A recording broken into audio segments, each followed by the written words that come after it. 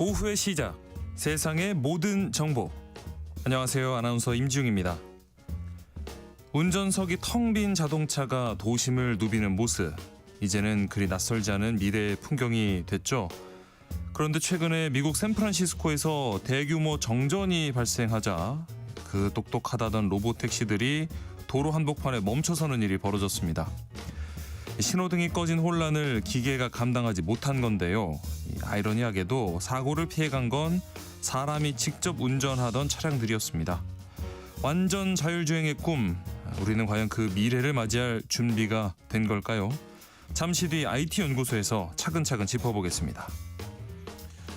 사랑만 있으면 단칸방에서도 행복하다는 말, 요즘은 글쎄요, 말처럼 쉽지만은 않은데요.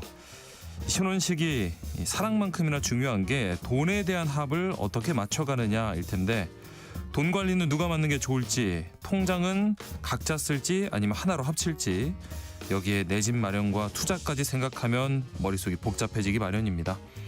그래서 오늘 세모정 톡톡 상담소 돈 되는 라디오에서 신혼부부의 경제적 기초 체력을 튼튼하게 키울 수 있는 비결 자세히 알아봅니다. 저희 방송은 KBS 라디오 유튜브 채널 통해서도 실시간으로 시청, 참여하실 수 있습니다. 많은 관심 부탁드리면서 KBS 세상의 모든 정보 지금 시작합니다.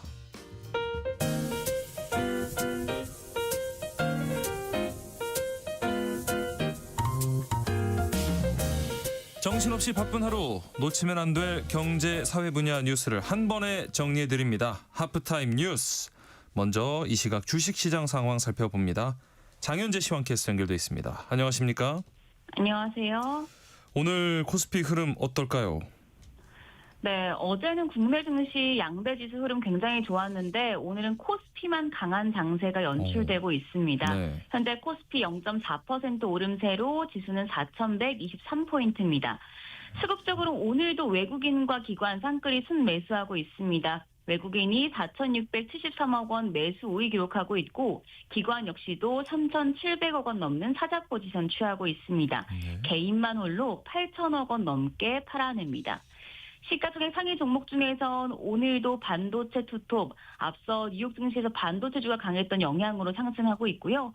또 조선 대표주인 HD 현대중공업이 3% 넘는 오름세 기록하고 있습니다. 네. 코스닥은 하락이라고요?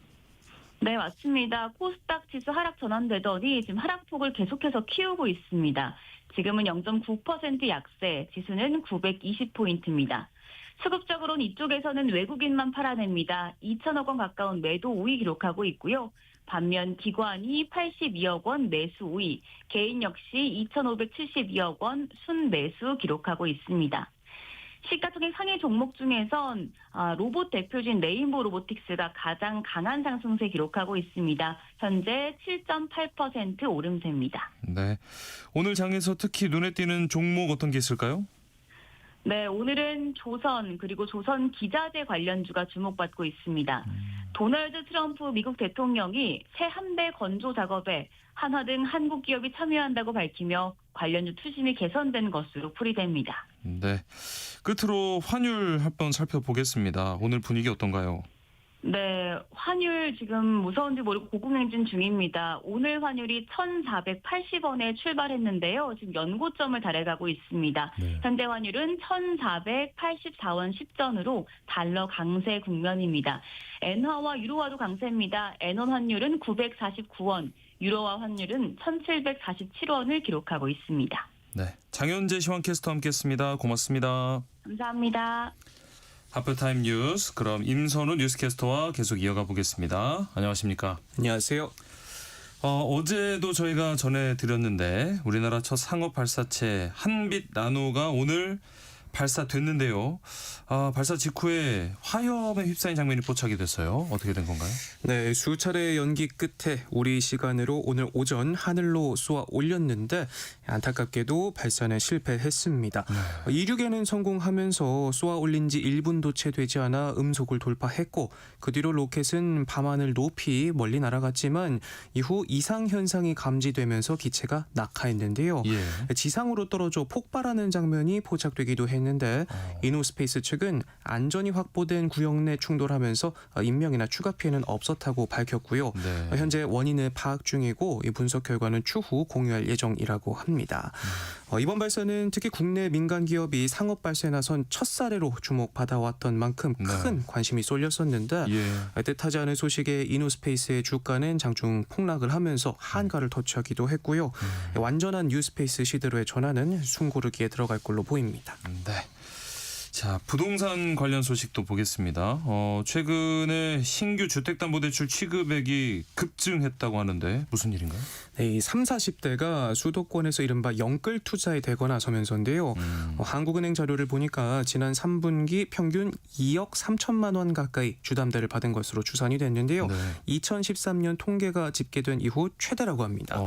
작년 2분기까지만 해도 1억 8천만 원대까지 내려갔었거든요. 예. 그런데 이제 이렇게 한 번에 이렇게 레버리지 레벨이 올라간 다음에 높은 구간에서 굳어진 데에는 주택 가격이 계속해서 오를 것이란 기대감, 여기에 공급 불안, 또 대출 규제가 더 세질 수 있다는 시그널들이 반영될 걸로 풀이됩니다. 네. 현금으로 시장 진입은 어려운 상황이고 이 대출로 겨우 들어갈 수 있는 상황이 고착화되고 있다. 전문가들은 보고 있습니다. 네. 이거 연령대로 보면 60대 제외하고는 모든 세대에서 대출이 역대 최고치를 찍었는데 특히 저희 같은 30대가 가장 많은 빚을 졌다고요. 네, 무엇보다도 구조적 문제가 크다고 보여지는 부분인데요. 네. 말씀하신 것처럼 해당 분기 30대가 2억 8천만 원으로 가장 높고 어이구. 40대가 그다음 20대도 2억 2천만 원대인 반면에 60대는 1억 중반대인 걸로 나타난 걸 보면 젊은 층이 빚을 내는데 과감해졌다기보다는 생애 주기상 집이 필요한 30, 40대가 빚을 크게 져야만 집을 살 수 있는 구조가 됐다는 신호로 해석이 됩니다. 네. 특히 저도 30대고 주변 비슷한 또래 친구들이나 직장 동료들이랑 부동산 얘기하다 보면 오늘 집값이 제일 싼 것 같다 이런 이야기를 자주 하거든요. 예. 대출 없이는 불가능한 시장인 만큼 가격만이 아니고 이 소득 대비 주거비라든지 자산 격차 같은 구조적 문제들이 복잡하게 얽혀 있는 상황입니다. 네. 그러니까 어떻게 보면 지금의 이 영끌이라는 게 미래의 어떤 선택을 미리 당겨 쓰는 모습이 되는 것 같아서 좀 걱정되긴 해요. 네, 30, 40대는 아이들도 그렇고 전세 불안같이 여러 걱정거리가 참 많잖아요. 예. 그럼에도 빚을 얻는 건 나중에 더 비싸지거나 이 대출이 막힐 수 있다는 불안이 결정적일 텐데 그렇죠. 문제는 오늘의 영끌이 내일의 독이 돼 돌아올 수 있다는 게 아닐까 싶습니다. 네. 주담대가 커질수록 더 큰 돈이 이자랑 원리금 상환으로 빨려 들어가게 되는데 결과적으로 주택이 자산이 될 수도 있겠지만 동시에 현금 흐름을 압박하는 요인이 될 수도 있는 만큼 정책적으로 단순히 대출을 조이는 데 그치지 않고 금리 충격을 완화한다든지 상환 스케줄의 안정장치 같은 것들이 함께 갖춰져야 되지 않을까 하는 생각이 들고요. 예. 정부에서도 영끌하지 말라고만 할 게 아니라 이 불안 심리를 잡을 수 있는 현실적인 대책들을 좀 서둘러 줄 필요가 있어 보입니다. 네. 이렇게 주담대 평균 잔액이 분기마다 계속 최대 기록을 갈아치우고 있고요. 빚의 총량도 늘고 있는데 자영업자들 연체율도 크게 증가했다고요. 네, 경기가 어렵다 말로만 듣다가 수치로 직접 보니까 더 와닿는 부분인데요. 네. 자영업자의 연체율이 통계 작성 이래 역대 최고를 찍을 만큼 고금리와 경기 침체 속에 빚을 못 갚는 사장님들이 늘고 있습니다. 예. 지난해 개인 사업자의 대출 잔액 기준 연체율은 0.98%로 나타났는데 최고치를 찍었을 뿐만 아니라 증가폭도 역대급이었고요. 예. 전 산업군에서 연체율이 올라갔습니다. 네. 특히 연령대별로 보면 29세 이하 청년층 연체율이 1.29%로 가장 높았고 또 매출액 3천만 원 미만, 사업기간 3년에서 10년 미만, 종사자가 없는 사업자의 연체율이 높아서 젊은 영세 사업자의 어려움이 더 컸던 것으로 나타났습니다. 자, 네. 다음 소식 넘어가겠습니다. 파장이 일파만파 커지고 있는 쿠팡 소식인데 국세청이 칼을 빼들었어요. 네, 쿠팡에 대한 특별 세무조사에 착수했는데요.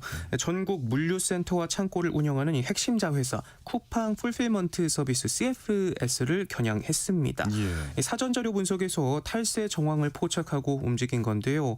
이 회사는 쿠팡이 지분 100%를 가지고 있는 곳이기도 하고요.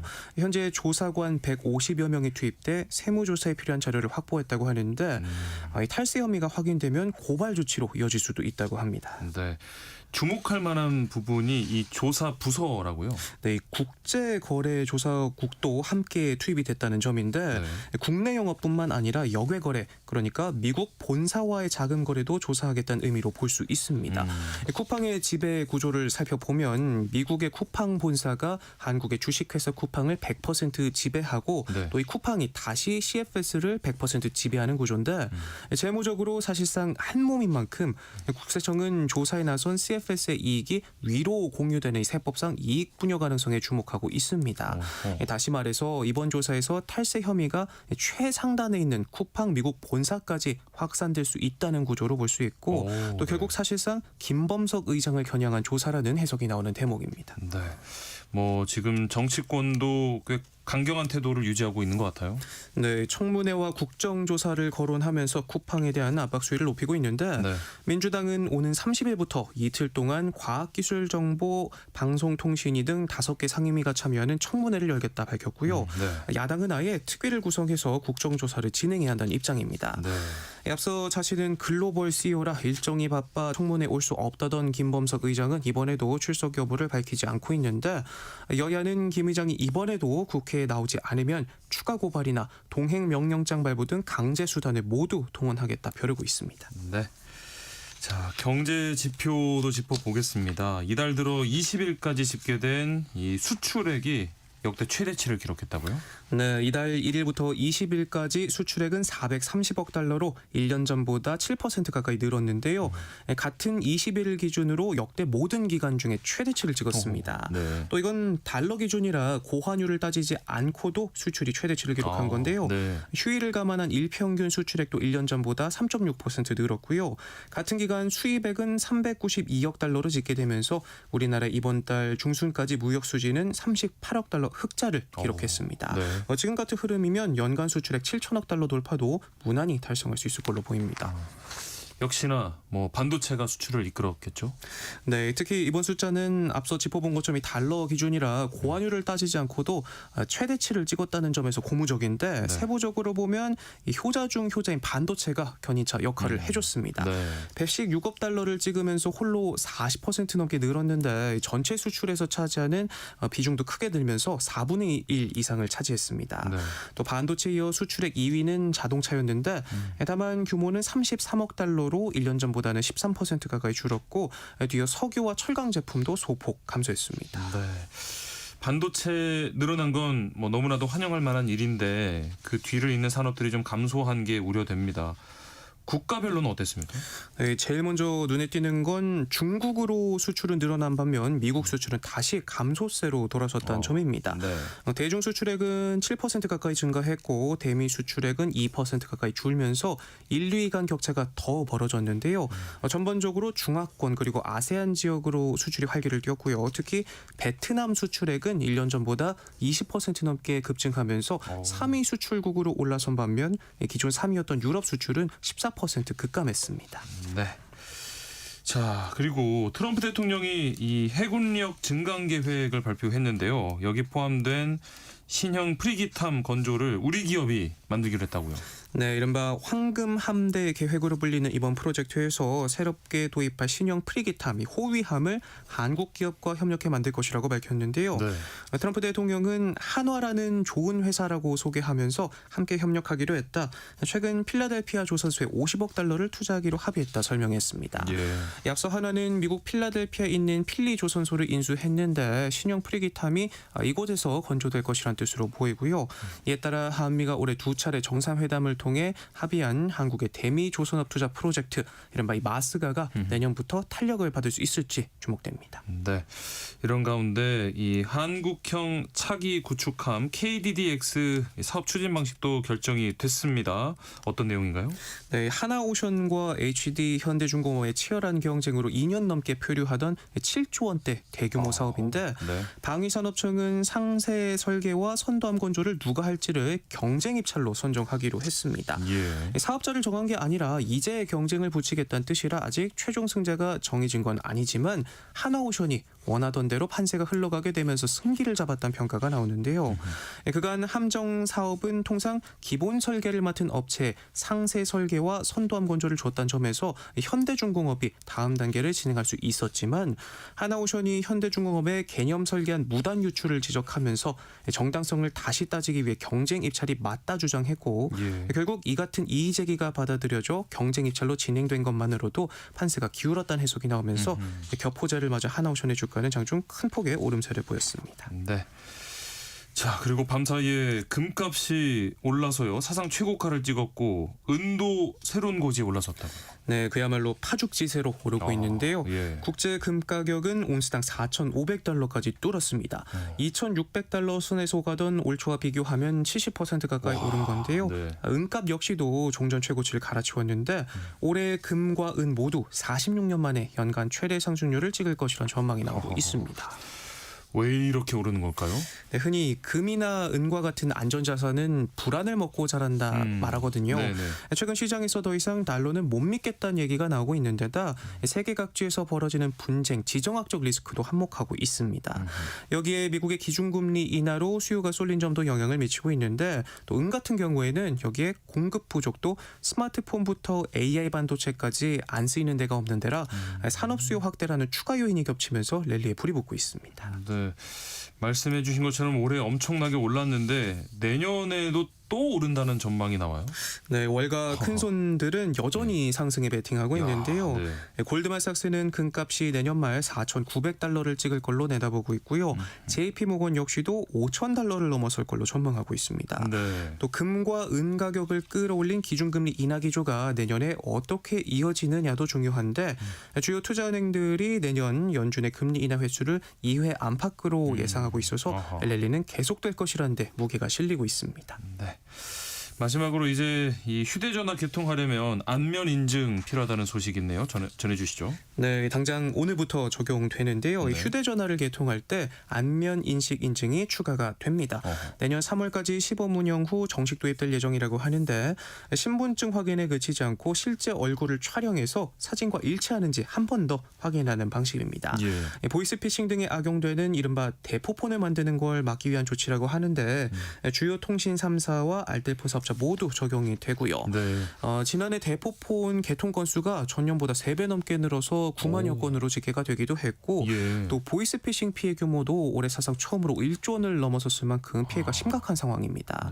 하지만 만약 안면 정보가 유출될 경우에 딥페이크 범죄에 악용될 수도 있고 또 과도한 사생활 침해란 지적도 나오는 만큼 정부는 일각의 우려에 대해 금융권과 유사한 수준의 절차로 본인 확인 뒤에 얼굴 정보는 즉시 폐기된다 설명했습니다. 네.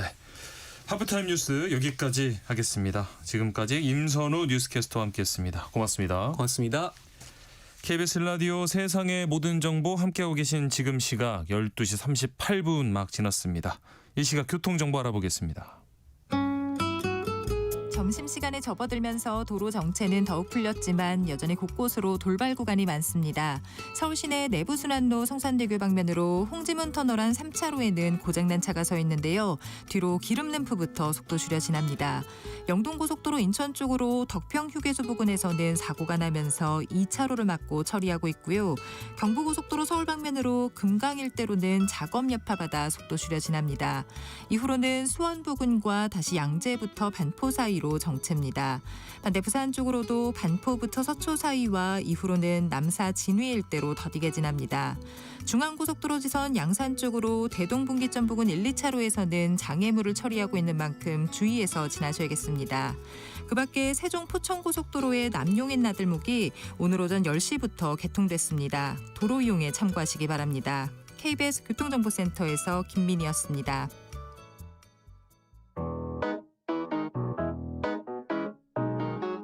세상의 모든 정보는 청취자분들의 관심과 참여를 기다립니다.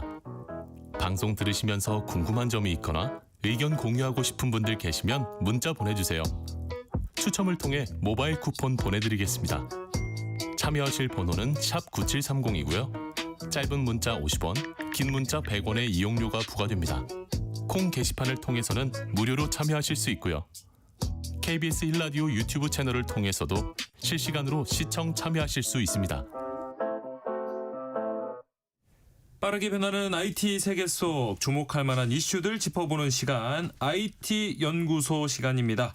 IT 커뮤니케이션 연구소 김덕진 소장과 함께합니다. 안녕하십니까? 네, 안녕하세요. 반갑습니다. 김덕진입니다.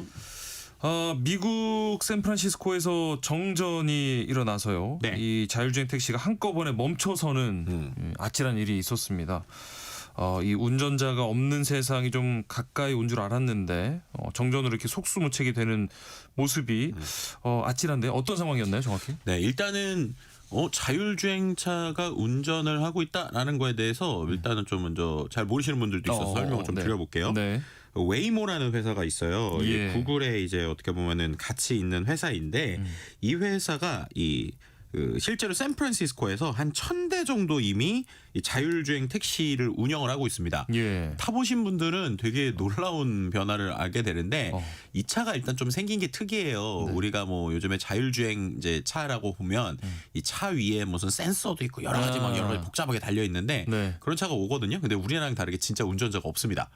네, 운전자가 없어요. 그래서 네. 실제로 뭐 우리가 뒤에 타서 가면 앞에서 정말로 아무도 없는 데서 막 어떻게 보면 휠도 돌아가고 엑셀도 밟히고 막 그래서 불안해하기도 했다가 처음에 좀 타보신 분들은 또 되게 편하게 타는 이런 것들이 있다 보니까 지금 샌프란시스코에서는 실제로 이런 1,000대 정도의 이제 무인차들이 돌아다니는 택시들이 다니고 있거든요. 네. 그래서 이제 되게 좋다라고 생각을 했는데 이번에 이게 또 자칫 위험할 수도 있겠나라는 예. 생각을 갖게 된 이슈가 나온 거예요. 네. 2025년 12월 20일이죠. 이제 미국 캘리포니아주의 샌프란시스코에서 대규모 정전 사태가 발생했습니다.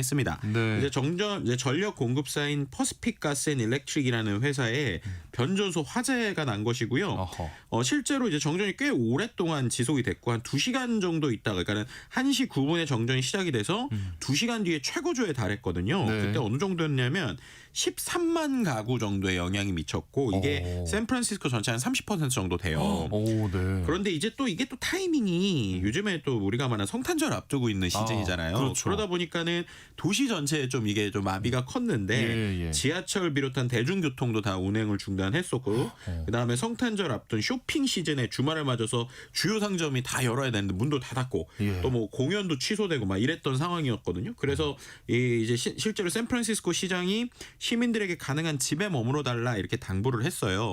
그리고 전기가 이제 다 꺼지다 보니까 교차로 수백 곳의 신호등도 작동을 멈췄고 그렇죠. 도시 교통이 사실상 마비 상태에 있었는데 이때 아까 말씀드렸던 구글 자회사 웨이모의 자율주행 택시가 갑자기 도로 한복판에서 멈춰버린 거예요. 그러니까 우리가 말하는 교차로 한복판에 예. 갑자기 이 길 로봇 한가운데. 택시가 딱 멈춰버린 겁니다. 이렇게 되니까는 이제 실제로 SNS에 많이 이제 영상들이 올라온 게 네. 최소 3대의 웨이모 자율주행 차량이 교통 체증 속에 딱 멈춰 있으니까 특히나 어떤 건 도로 한가운데 그대로 있는데 앞뒤로도 한다고 가만히 멈춰 있는 거예요. 그럼 네. 생각해 보시면은 신호도 없고 사람들 막 비켜가는데 이게 어떻게 출발해야 될지도 모르고 막 그렇죠. 이러니까 사람들이 막 경적 울리면서 빠져나가는 이런 상황들이 발생을 했고요. 예. 실제로 이제 웨이모 측에서는 이제 승객 안정이나 응급 차량의 통행로 확보를 위해서 샌프란시스코 지역의 모든 서비스를 일시 중단했다 이렇게 얘기했고 예. 또 이제 웨이모의 대변인 같은 경우에 정전 규모가 너무 커서 이 로봇 택시들이 상황 평가하는데 평소보다 뭐 긴 시간이 걸린 것 같다 이렇게 좀 주장하기도 했습니다. 근데 이 자율주행 차량이라는 게 뭐 센서를 통해서 앞차나 장애물들이 있으면 이렇게 피해가는 거잖아요. 근데 네. 왜 이렇게 그냥 아예 멈춰서 버린 건가요? 그러니까 이게 자율주행 기술들이 몇 네. 개의 기술이 합쳐져 있어요. 네. 앞서서 제가 말씀드린 것처럼 이 웨이모라는 이 자율주행 택시는 라이다라고 하는 센서가 있습니다. 네. 혹시 이제 요즘에 서울에서 가끔씩 자율주행 택시나 차들 돌아다니는 거 있죠, 위에 있죠. 엄청 큰 센서 같은 거 있잖아요. 네. 그러니까 보통 이들이 하는 기술이 4가지가 합쳐져 있는데 예. 하나는 레이저라고 하는 우리가 예전부터 하던 멀리 이렇게 레이저를 쏘는 네. 그걸 갖고 실제로 멀리에 있는 장거리에 대한 보는 게 있고요. 네. 두 번째 라이다라고 그래서 레이저보단 조금 이 빛이 짧아요. 근데 짧은데 입체적으로 볼 수 있게 하는 이게 있고요. 네. 세 번째는 카메라 기술. 그래서 예. 우리가 말하는 스마트폰에 있는 카메라처럼 여러 가지 카메라가 주변을 인식하는 게 있는데 요 3가지만으로 안 되고 또 네. 한 가지가 뭐가 있냐면 지도 정보가 있어요. 그래서 예를 들면은 특정 여기 샌프란시스코니까 네. 샌프란시스코의 고해상도 지도에 기반해서 요 3가지를 가지고 이게 4가지를 가지고 같이 작동을 하는 거예요. 네. 그럼 이제 지금 이제 이런 웨이모 같은 경우는 어떻게 되느냐?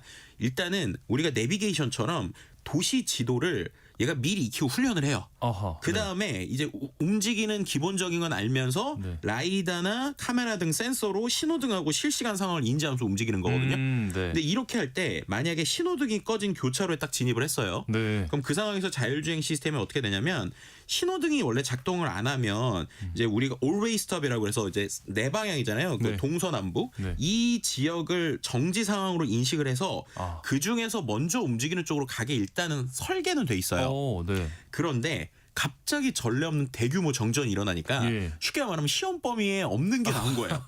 그러니까 이제 시험 범위에 없는 게 나왔는데 네. 그럼 이거 뭐지? 라고 할 때 이제 환경 변화에 스스로 대응하면 좋겠지만 네. 지금 말씀드린 대로 지금 이 방식이 여러 센서가 있지만 일단 기본적으로는 이 지도를 기반으로 교과서를 중심으로 공부를 한 네, 거잖아요. 네, 네. 근데 전혀 외의 상황이 나오니까 아하. 이거 어떻게 하지라는 임기응변에 대한 게 안 된 거예요. 아. 그러니까 너무 당황을 해서 쉽게 말하면 그 자리에 멍하니 서 있었다. 아하. 이렇게 좀 표현을 드리면 좋을 것 같고요. 네. 근데 이게 왜 문제냐면 웨이모가 지금 샌프란시스코 말고도 뭐 피닉스나 마이애미, 오스틴, 휴스턴 등 이 주요 대도시에서 로봇 택시를 운영하려고 하고 있었거든요. 네. 그리고 이제 고속도로에서도 한 시속 105km까지 달리는 것들까지 서비스를 확장하려고 계획하고 있었는데 예. 아니 교과서에 없는 내용이 나왔다고 아예 멈춰버린다고? 라고 하니까 사람들이 그러면은 불안하죠. 이러한 불안한 상황 이런 상황이 생기면 어떡하지? 라고 하는 것 때문에 이번에 좀 장기적인 고민거리가 됐다 이렇게 말씀드릴 수 있을 것 같고요. 많은 사람들이 또 이렇게 이제 영상들을 올리고 결국에는 웨이모 차량은 견인돼서 아하. 예, 이제 위치로 가는 이러한 현상까지 생겼다고 합니다. 이런 상황에 이제 테슬라 최고 경영자 일론 머스크 같은 경우에는 네. 우리 차량은 멀쩡했다라면서 웨이모를 저격했거든요. 네.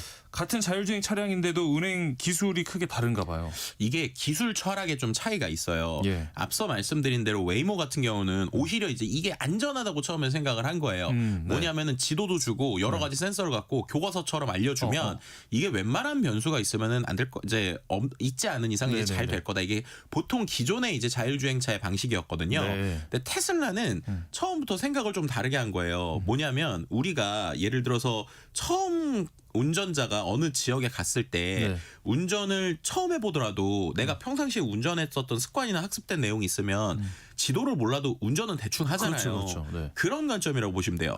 그래서 테슬라는 이 카메라 데이터를 기반으로 해서 네. 전 세계에서 그냥 이 카메라를 기반으로 어떤 상황에서도 움직일 수 있게 학습 데이터를 엄청 오랫동안 모은 겁니다. 네. 근데 생각을 해보시면 그렇게 내가 어디를 가서 운전을 잘하려면 베테랑 운전자가 돼야 되잖아요. 그렇죠. 그럼 베테랑 운전자가 되려면 운전을 엄청 많이 해봤거나 많이, 네. 아니면 어느 지역에서 사고도 한번 내봤거나 이런 변수들이 있을수록 똑똑해지잖아요. 그렇죠. 그래서 이 카메라 방식이 처음에는 말도 안 된다는 얘기를 받았어요. 왜냐하면 지금 전 세계에 얼마나 다양한 변수가 있고 네. 다양한 게 되느냐 그렇죠. 이런 것 때문에 이제 이슈가 됐는데 오히려 지금 테슬라가 취했던 전략은 아니 전 세계에 있는 데이터들 모두 다 보면 어느 순간 되면 사람들이 이렇게 하는 것처럼 될 거야 라는 것들이 있었고 최근에 이 FSD라는 기능이 우리나라에도 일부 들어왔거든요. 네네. 그래서 요즘에 이제 우리나라에서 이 테슬라 모시는 분들 보면 제가 제일 놀랐던 게 우리가 말하는 이 택시가 이제 있는 상황에서 뭐 예를 들면 우리가 뭐 이제 조금 좁은 도로 있잖아요. 네. 그 좁은 도로에서 만약에 한쪽이 차를 막고 있어요. 그러면은 테슬라 차가 알아서 막고 있는 걸 피해서 앞으로 가다가 제가 놀란 게 맞은편에서 그럼 역주행하는 차가 오잖아요. 그렇죠. 다시 얘가 후진을 해가지고 뒤로 가는 그러니까 이른바 K 주행까지 얘가 좀 하더라고요. 그런데 이제 이런 거는 변수가 있을 땐 대응이 되지만 네. 과연 이렇다고 100% 안전하냐는 건 여전히 장담을 못해요. 그렇죠. 그리고 또 한 가지 가장 큰 변수가 있었으니 네. 지금 말씀드린 대로 웨이모는 이미 사람이 없는 상태에서 택시가 운영이 되거든요. 네. 근데 테슬라 택시는 아직 테스트 중이라 아하. 실은 지금 일론 머스크가 얘기한 그 자리에는 이 테슬라 택시의 보조 운전자가 타곤 있었습니다. 그러니까 이제 그 전기가 멈췄어도 어쨌든 멈추진 않았겠죠. 왜냐하면 어쨌든 운전자가 아직 타고 있으니까. 네. 그래서 정말로 운전자가 없는 상황에서 이대로 그대로 될 거냐라는 거는 나중에 검증이 좀 필요하긴 하지만 어쨌든 뭐 그러한 맥락에서 테슬라 입장에서는 마케팅 입장에서 좋은 거죠. 야 우리가 오히려 오랫동안 데이터를 쌓았더니 네. 봐라 사람이 노하우 쌓은 것처럼 이렇게 되는 거 아니냐라는 것 때문에 지금 놀라움을 주고 있다. 뭐 이렇게 좀 비교해서 말씀드릴 수 있을 것 같습니다. 네, 뭐 말씀해주신 것처럼 도로 위에는 뭐 온갖 돌발 변수들이 있어요. 뭐 공사를 할 수도 있고, 뭐 누가 타고 내리고 경찰이 교통 정리하고 막 복잡한데 그래도 이런 정전 사태 좀 예상하고 대비할 수 있었지 않았을까 싶은데요. 그러니까 결국에는 이제 말씀하신 것처럼 이제 정전 같은 경우에 충분히 예측 가능할 수 있는 상황이긴 하지만 네. 이 정도까지 극단적인 상황까지는 스트레스 테스트를 안 해봤다라고 하는 게 제가 볼 때는 제일 정확한 것 같아요. 네. 그리고 지금의 이제 인프라 자체가 인간 운전자 중심으로 설계가 돼 있잖아요. 네네. 그러니까 인간 관점에서는 이런 것들이 될 거다라고 생각을 하는 건데 네. 만약에 뭐 도로공사의 이제 변화들을 정말로 지금 말씀드렸던 웨이모처럼 여러 가지 데이터나 지도를 기반으로 같이 움직이는 이러한 자율차 같은 경우에는 네. 이 공사 현장에 대한 스마트 센서 데이터도 같이 들어가야 된다라는 거죠. 그러니까 인간은 변수가 있으면 이거 뭔지는 모르겠고 그냥 피해가자 이런 네네. 건데 AI는 그럴 때 이게 왜 그런 거지? 아니면 맥락이 있어야 되니까 그러한 고도의 자동화 시스템. 그러니까 쉽게 말해서 도시 자체가 완전히 스마트하게 돼야지 이런 것들이 된다는 거예요. 그래서 최근에 좀 재미있는 얘기가 나오는 게 오히려 자율주행이 제대로 되려면 인간이 운전을 하나도 안 하면 그럼 오히려 자율주행이 제대로 된다라는 얘기가 그래서 나오는 거예요. 그러니까 뭔가 인간하고 이제 그 섞여 있는 게 아니고. 섞여 있으면 오히려 인간이 변수가 되거나 그렇긴 하네요. 공사현 예를 들면 아까처럼 변수가 생겼을 때 인간은 막 가려고 그러는데 아하. 자율주행차는 갑자기 어떻게 하지 이러는 건데 네. 만약에 모든 차가 자율주행차면 그럼 시스템상에서 같이 움직이면 되잖아요. 그러네요. 그래서 그런 결에서 지금은 과도기다 이렇게 주장하는 사람이 있고 반대로 그렇게 되는 건 쉽지 않기 때문에 완벽한 자율주행차라는 게 과연 될까라는 이야기들이 같이 나오고 있는 상황이다 이렇게 말씀드릴 수 있을 것 같습니다. 네. 그러면 지금의 이 자율주행 기술로는 뭐 어느 정도 돌발 변수까지 스스로 판단할 수 있나요? 그러니까 지금 우리가 자율주행 하니까 지금 자율주행 완벽한가라고 볼 수 있는데 실은 지금 돌아다니는 모든 자율주행은 궁극적인 자율주행이라고 할 수가 없어요. 네. 그러니까 우리가 뭐 크루즈나 이런 것들도 맨날 요즘에 이제 그런 조심해라 이런 얘기 나오잖아요. 네네네네. 그 이유를 말씀을 드리면 보통 자율주행 기술을 레벨 5까지 해서 레벨 1, 2, 3, 4, 5로 하거든요. 예. 그런데 이제 레벨 2가 보통 이제 카메라나 레이더로 차선 유지나 속도 보조하는 그러니까 우리가 말하는 이른바 이제 크루즈라고 네, 네. 하는 게 이제 레벨 2고 예. 레벨 3는 특정 상황에서만 완전 자율주행을 하는 뭐 벤츠 같은 경우나 이런 것들이고 예. 레벨 4는 완전히 이제 운전자 개입 없이 움직이는데 네. 특정 지역이나 상황에서 그러니까 웨이모 같은 경우는 아까 말씀드린 대로 조건에서. 샌프란시스코에서만 잘 돌아가는 예. 거지 이게 어디 가면 또 공부를 시켜야 되는 거거든요. 아하, 네. 그리고 레벨 5는 전 세계 어딜 가든 그냥 안정적으로 도는 거예요. 근데 이게 이제 지금 테슬라가 꿈꾸는 미래긴 한데 네. 아직까지는 법적 제도 규제에서 야 이거 좀 불안해라고 하는 것 때문에 통과가 안 되고 있는 상황이긴 하거든요. 네. 그런데 이제 올라갈수록 뭐가 되는 거냐면 학습된 상황에 대해서 되게 잘하고 예기치 않은 상황이 있을 때 그걸 얼마나 대처하느냐에 따라서 레벨 5까지 가는 겁니다. 네. 그러니까 레벨 5가 되려면 어느 지역이든 그 데이터를 완벽하게 익히고 있고 예기치 않은 상황에서도 그걸 잘 움직여야 되는데 지금 예기치 않은 상황 이거를 보통 이제 엣지 케이스라고 하거나 코너 케이스라고 하는데 네. 이런 부분에서 계속 문제가 있는 거예요. 그럼 이제 되게 근데 이게 아이러니한 게 그 문제가 해결이 되려면 어떻게 하면 해결이 될 것 같으세요? 아까 말씀해 주신 대로 네. 사람이 아예 빠져야 될까요? 아니요. 그거는 만약에 AI가 네. 기본적으로 어떤 돌발 상황을 하나를 못 하고 있었어요. 네네. 근데 그게 이제 다음부터 잘 되려면 사고가 한번 한번 겪어야 되는군요. 네, 한번 겪어야 돼. 그럼 이제 우리가 말한 돌발 변수를 아. 스스로 익히려면 그 수많은 돌발 변수에 사고가 나거나 이벤트가 생겨야 된다는 거예요. 그러니까 이게 이제 되게 위험하네요. 인간 입장에서 고민이 네. 되는 거죠. 네. 아마 이번에 대규모 정전 사태가 있었기 때문에 네. 앞으로 이제 웨이모에선 대규모 정전 사태가 있으면 이제 예비가 될 겁니다. 그렇겠네요. 근데 그러기 위해서 예를 들면은 막 어린이 보호를 하기 위해서 이제 요즘에 어린이 자동차에 안전 이래서 이렇게 옆에 탁 뭐가 이렇게 표가 나오잖아요. 네. 근데 그런 거를 처음에 자율주행차가 보면 이게 뭐지? 그렇죠. 이거 나랑 상관없는 거 아니야? 이렇게 해서 움직일 수 있다는 거예요. 네. 그래서 그런 변수들을 어디까지 할 수 있느냐. 그래서 시간이 지날수록 이 자율주행차는 또 좋아질 거지만 좋아지는 데에 따라서 결국에는 얘는 사고를 쳐야 된다. 근데 이게 AI 관점에선 데이터인데 네. 사람 입장에서는 이렇게 되면은 위험 이제 요소죠. 위험 요소가 될 수 네. 있으니 그런 것들에 대한 고민들이 지금 어떻게 보면 제일 먼저 이제 이번에도 또 화두가 됐다 이렇게 말씀드릴 수 있을 것 같습니다. 이런 뭐 법과 제도가 꼼꼼히 이렇게 보완이 돼야 될 것 같은데 우리 뭐 이런 비상 상황에 대한 가이드라인은 어느 정도 마련이 돼 있을까요? 네, 여전히 이제 뭐 변수들이 계속 나올 때마다 만들어지긴 하는데 아직까지 뭐 우리나라 법이나 이런 데서 이런 대규모 정전 사태에 대한 건 좀 준비가 덜 된 것 같아요. 그래서 그런 부분이 좀 필요한 것 같습니다. 네. IT 연구소 여기까지 하겠습니다. 김덕진 소장과 함께했습니다. 고맙습니다. 네, 감사합니다. 소상공인 시장진흥공단의 정책 자금을 이용하고 계신 사장님, 잠시만 집중해 주세요.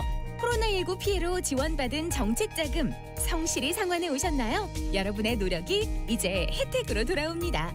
상환 기간은 최대 7년까지 연장. 금리는 1%포인트 감면. 월 상환금 부담을 덜어드리는 소상공인 분할 상환 특례 지원. 자세한 신청 안내는 소상공인 정책자금 홈페이지에서 문의는 통합콜센터 1533-0100으로 연락주세요. 필요할 때 곁에 있는 든든한 지원. 이 캠페인은 중소벤처기업부와 소상공인시장진흥공단이 함께합니다.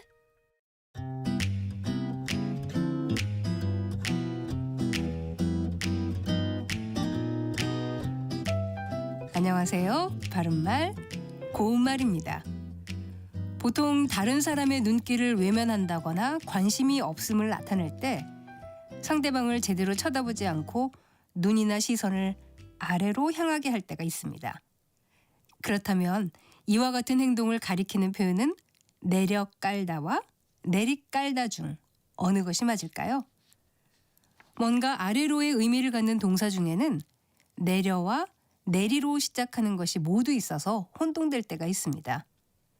앞서 말씀드린 것처럼 눈꺼풀을 내려 눈동자를 많이 덮게 하여 시선을 아래로 보내다 라는 뜻의 동사는 내리깔다가 맞고, 친구는 눈을 내리깔고 깊은 생각에 잠겨 있었다 같이 말할 수 있습니다.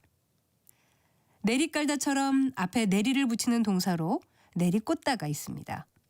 이는 어떤 대상을 위에서 아래로 힘차게 꽂다 라는 뜻인데요. 예를 들어 그는 강한 스파이크로 공을 바닥에 내리꽂았다 이렇게 표현할 수 있죠. 또 그는 졸다가 책상에 머리를 내리받았다 같이 위에서 아래로 향하여 받다 라는 뜻인 내리받다가 있습니다.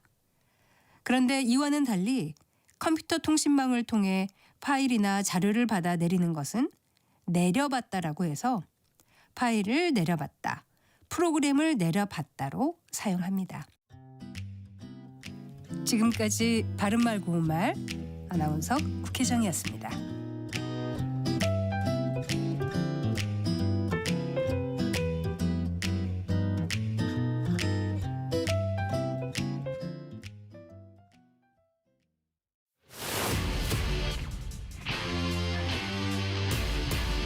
토론에 정답은 없습니다. 토론이 세상을 바꿀 수도 없습니다. 하지만 질문은 새로운 세상을 만들 수 있습니다. 질문으로 올바른 세상을 만드는 첫걸음. 평일 저녁 7시 20분 KBS 열린 토론.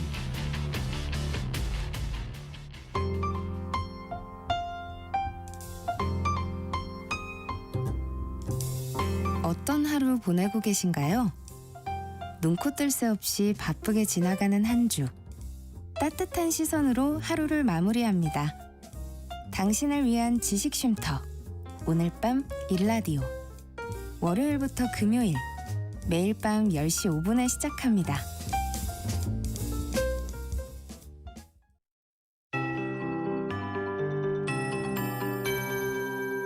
KBS 58분 날씨.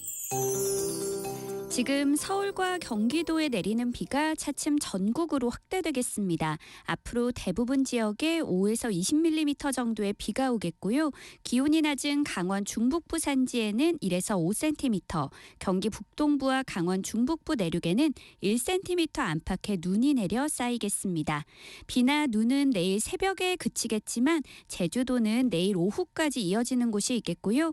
내일은 차차 하늘이 개면서 크리스마스인 모레는 맑은 하늘이 드러나겠습니다. 다만 전라도 서해안과 제주도는 추위 때문에 만들어지는 구름대의 영향으로 크리스마스에 비나 눈이 오는 곳이 있을 전망입니다.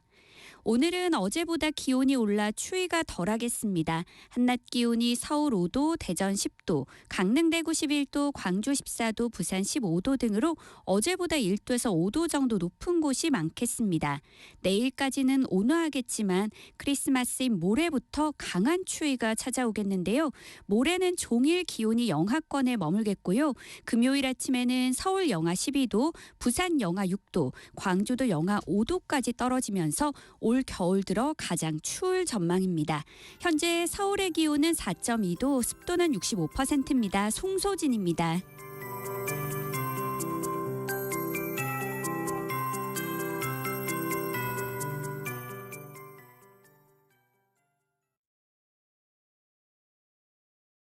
정성을 다하는 국민의 방송 KBS가 한시를 알려드립니다. AM 711kHz, FM 97.3MHz, KBS 1라디오입니다. HLKA.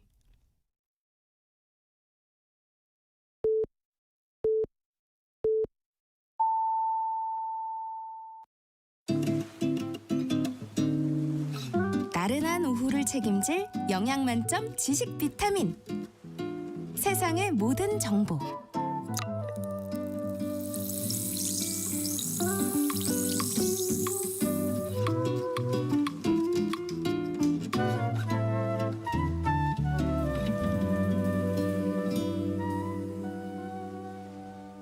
세상의 모든 정보 2부 시작합니다. 2부에서는 정치 국제 이슈를 전해드리는 오늘의 뉴스 하고요. 청취자 여러분들의 작은 궁금증도 신속 정확하게 해결해드리는 세모정 톡톡 상담소 화요일 코너 돈 되는 라디오 시간이 기다리고 있습니다. 이 사랑만으로는 해결되지 않는 게 바로 신혼부부의 돈 이야기죠. 누가 돈 관리를 맡아야 할지, 통장은 나눌지 합칠지, 여기에 내 집 마련과 또 투자까지 더해지면 고민이 더 커질 수밖에 없는데요. 오늘 돈 되는 라디오에서 신혼부부가 꼭 짚고 가야 할 돈 관리법 자세히 알아봅니다. 관련해서 저희 상담도 해드리고요. 또 추첨을 통해서 5분께 커피와 베이글 모바일 쿠폰도 보내드릴 예정이니까요. 문자 참여 많이 해주시기 바랍니다. 문자 보내실 곳은 샵 9730번이고요. 짧은 문자는 50원, 긴 문자는 100원의 정보 이용료가 있습니다. 콩 게시판에서는 무료로 참여하실 수 있으니까요. 많이 보내주시기 바랍니다. 먼저 라디오 정보센터 뉴스 전해드리겠습니다.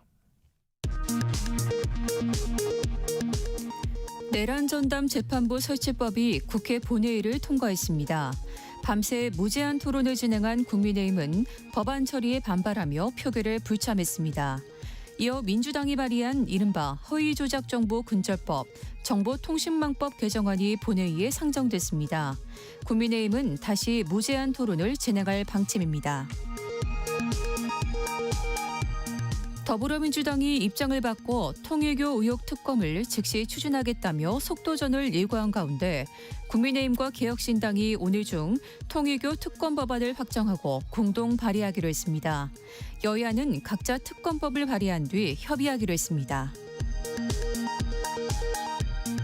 평양 무인기 작전 등 일반 이적 혐의로 추가 기소된 윤석열 전 대통령에 대한 추가 구속신문이 오늘 오후 진행됩니다.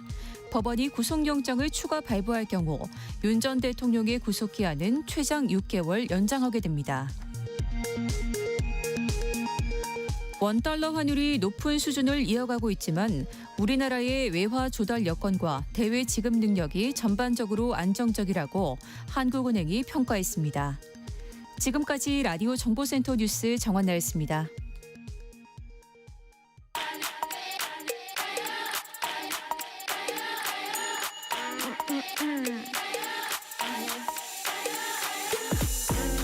혹시 뉴스 빠뜨리셨나요?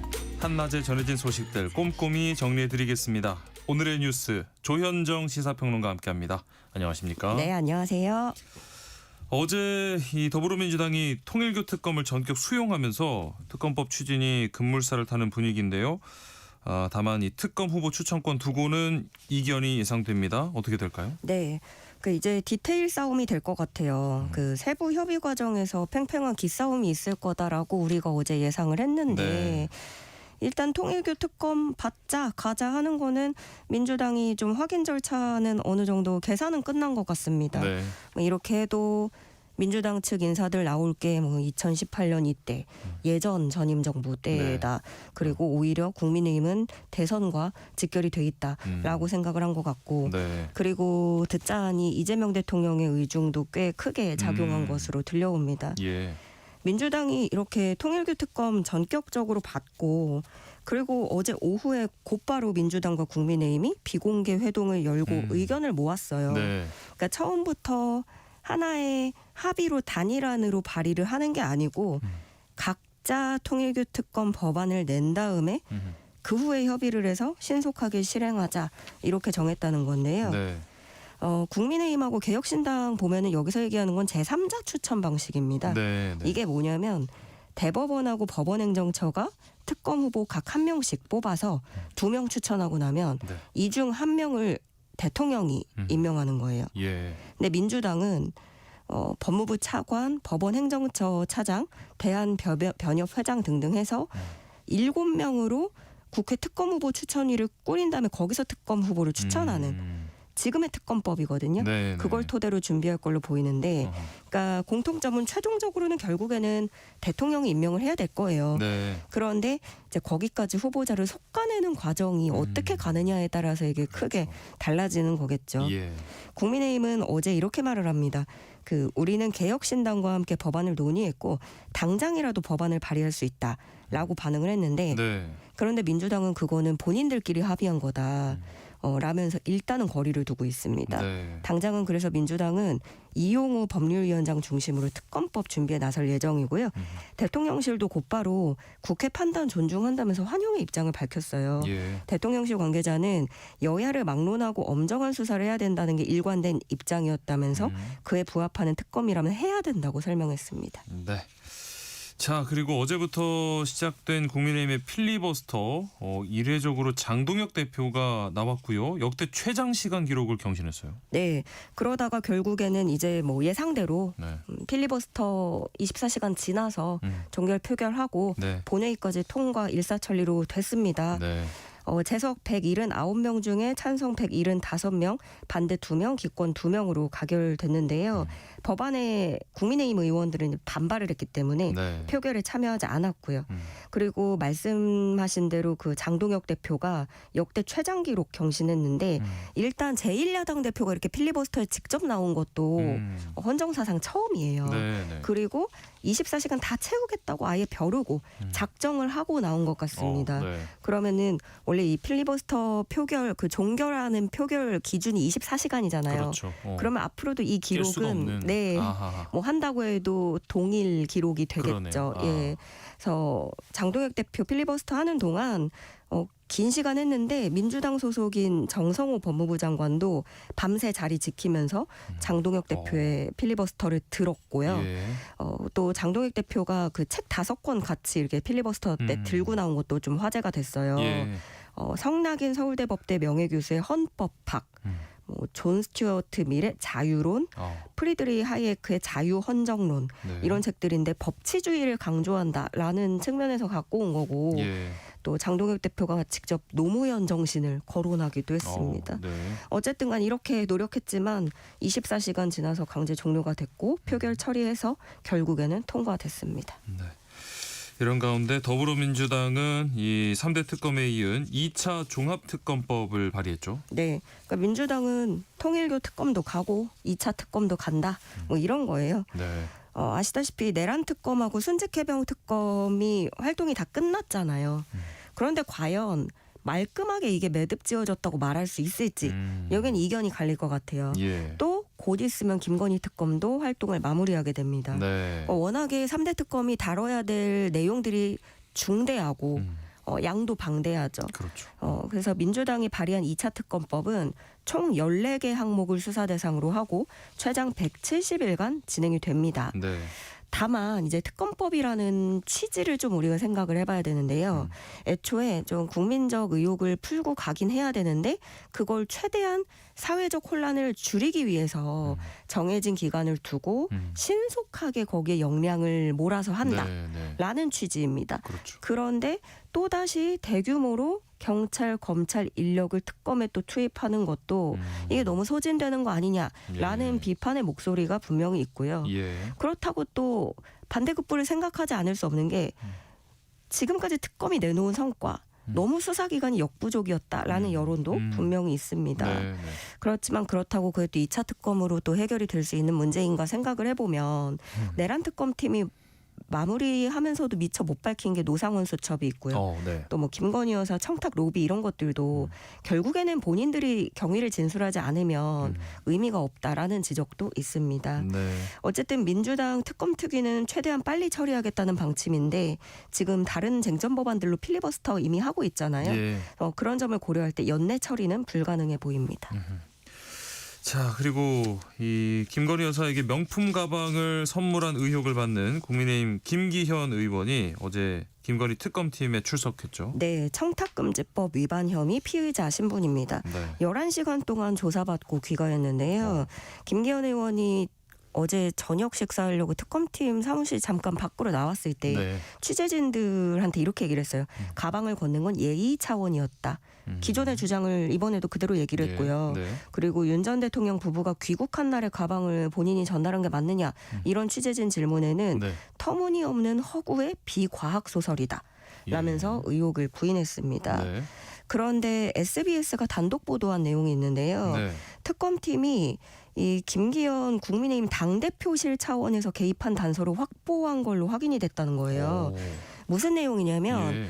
그 가방하고 알려진 게 그 김기현 의원 아내가 손편지를 썼다. 네네. 이런 거잖아요. 네. 근데 그 가방하고 그 손편지 들어있던 상자에 국민의힘 당대표 김기현이라는 문구가 인쇄된 스티커가 붙어 있는 걸 발견을 했다는 겁니다. 그러니까 물론 이 스티커를 누군가는 제작을 했을 것이고 예. 그럼 그건 아내가 내가 했다라고 할 수도 있는 건데 네네. 특검팀은 이것과 관련해서 주목하는 게 김기현 의원 보좌진 등을 조사를 했고요. 네. 당대표실 관계자가 스티커를 제작한 걸로 결론을 내렸다는 겁니다. 네. 그럼 앞으로 특검은 이 의례적 그 김기현 의원이 주장하는 예의 차원, 뭐 의례적 차원이 아니라 네. 당대표실이 개입하고 당대표가 공식으로 준비해서 건넨 걸로 접근을 할 것이고 예. 그렇게 해서 사후 수뢰죄 혐의를 적용하는 방안을 유력하게 검토하고 있다는 보도입니다. 예. 특히나 그 당시에 전후 상황을 되새겨보면 이런 일이 있었어요. 그때 원래 당권주자 뭐 국민의힘 전당대회 한창 이제 달아오를 때 네. 나경원 의원이 대세였고 김기현 의원은 하위권이었어요. 예. 근데 나경원 의원이 갑자기 뭐 저출산이 이런 데서 다 해임되고 그런 일이 있었단 말이에요. 네. 결국에 당대표를 그 출마를 포기하는 사태가 벌어졌습니다. 그래서 나경원 의원을 사실상 대통령실이 개입해서 출마를 저지하고 김기현 의원을 당선을 도와준 대가라고 특검팀은 보고 있다는 겁니다. 네. 자, 이어서 다음 소식 살펴보겠습니다. 국회가 지금 지난해 12월 전남 무안공항에서 발생했던 12.29 여객기 참사 관련해서 이 원인과 책임 규명을 위한 국정조사 특별위원회를 구성하고요. 40일간 활동을 시작했죠. 네, 관련 법안이 본회의 통과했고요. 국정조사 특위 꾸려서 활동을 시작했습니다. 어제 첫 회의가 있었는데 이 자리에서 국민의힘 3선의 이양수 의원을 위원장으로 했고요. 네. 민주당 염태영 의원과 국민의힘 김은혜 의원을 각각 여야 간사로 선임하는 안, 또 국정조사 계획서도 통과시켰습니다. 네. 총 18명으로 구성이 되는데 민주당이 9명, 국민의힘 7명, 비교섭단체 2명 해가지고 18명이고요. 조사 기간은 내년 1월 30일까지로 그리고 그러면서 또 본회의 의결이 있으면 연장도 할 수 있도록 해놨습니다. 예. 그래서 앞으로 국토부, 국무조정실, 행정안전부, 경찰청, 한국공항공사 등 정부 부처와 또 제주항공 등으로부터 보고를 받고 필요하면 현장 조사, 청문회도 추진하게 되는데요. 네. 이를 통해서 어떤 것들 그러니까 항공기 조류 충돌 위험성이 있었는데 이걸 너무 과소평가한 건 아닌지 기체 결함을 방치한 건 아닌지 네. 무항공항의 둔덕이라든가 이런 요인들 어떻게 된 건지 네. 원인 규명을 하고 또 사고 조사 과정에서 혹시나 축소, 은폐 시도가 이루어진 건 아닌지 등등을 조사할 예정입니다. 네. 자, 그리고 뭐 매년 성탄절 새해 앞두고 통상적으로 이 특별 사면 단행돼 왔는데 이재명 대통령이 올해 진행하지 않기로 정했다는 얘기가 들려오네요. 네, 이 정부 정부 고위 관계자 말로 얘기가 나온 건데 네. 지금 뭐 아무런 사면을 준비하지 않고 있다는 거예요.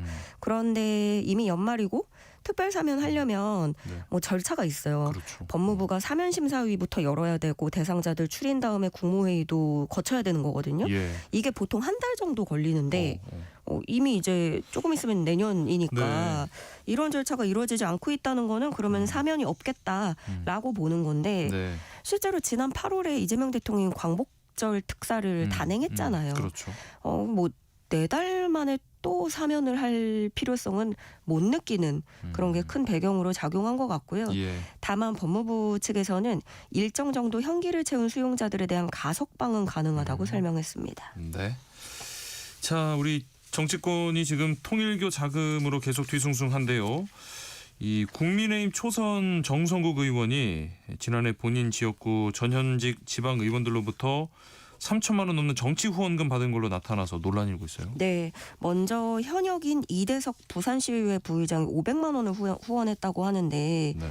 이 시의원의 지역구가 정성국 의원의 지역구에 포함이 됩니다. 예. 그리고 부산시의회 박희용 의원도 역시나 똑같이 지역구가 포함되어 있는데 네. 같은 해에 500만 원 후원하고 비례대표인 문영미 시의원도 500만 원 후원금으로 내고 예. 이 외에도 부산진구의회 의원 6명도 후원금을 이렇게 냈는데 대부분 싹 보니까 작년 6월, 7월 이때 후원금 지급이 몰려 있어요. 예. 비슷한 시기에. 네. 근데 뭐 법적으로 문제가 되진 않는다고 해도 여기에는 분명히 공천을 위한 보험용이다라는 비판이 나오는데 초선 국회의원이 자신이 그 공천에 큰 영향을 행사할 수 있는 지방의원들로부터 후원금을 받는 거는 몹시 부적절하다라는 비판이 나오고 있습니다. 네.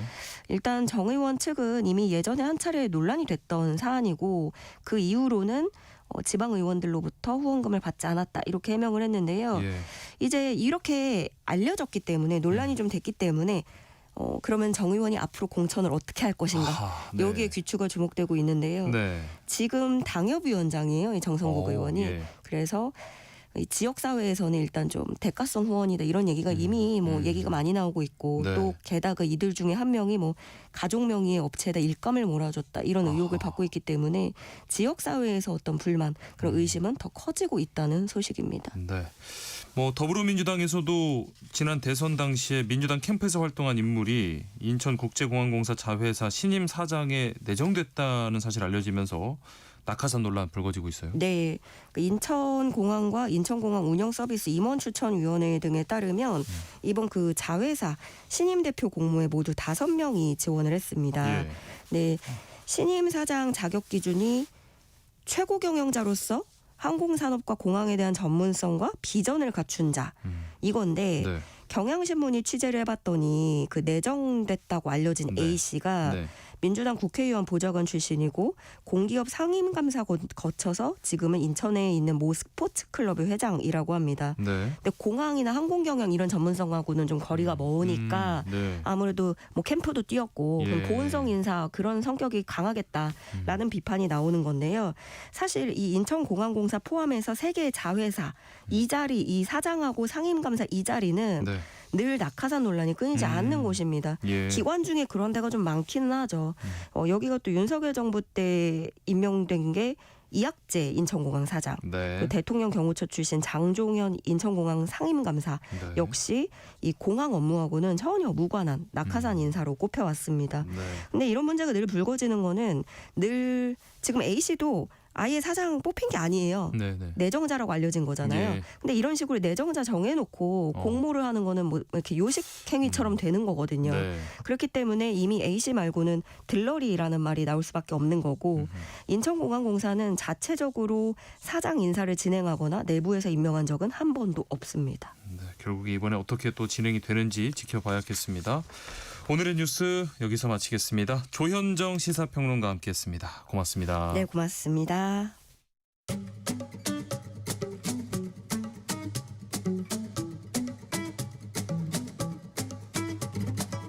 지금 바로 세모정에 물어보세요. 당신의 모든 궁금증을 풀어드리는 세모정 톡톡 상담소.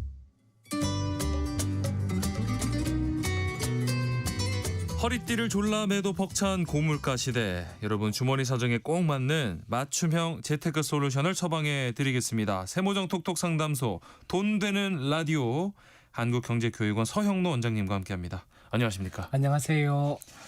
오늘은 신혼부부를 위한 이야기를 준비해 오셨다고요? 네. 프로그램이 처음 생길 때 시작해서 거의 2년을 매주 달려왔었는데요.